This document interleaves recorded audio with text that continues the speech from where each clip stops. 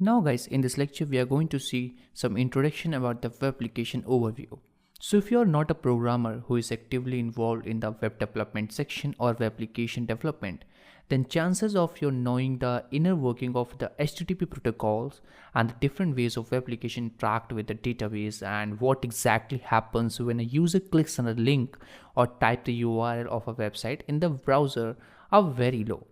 So you have no prior programming skill and you are not actively involved in the development of web application, so you won't be able to actively or effectively perform the penetration testing.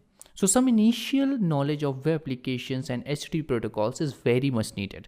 So as a penetration tester, understanding how the information flows from the client to the server and the back to the client is very important.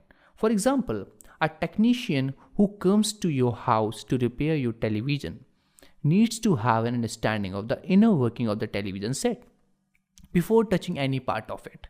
So this section will include enough information that would help penetration tester who has no prior knowledge of web application penetration testing to make use of tools provided in Kali Linux and conduct an end-to-end web application penetration testing. So we will get a broader overview. So now what we are going to learn in this section, we are going to cover HTTP protocol, headers in HTTP, session tracking using cookies, HTML, architecture of web application. So these all are the topics that we are going to cover in this particular section.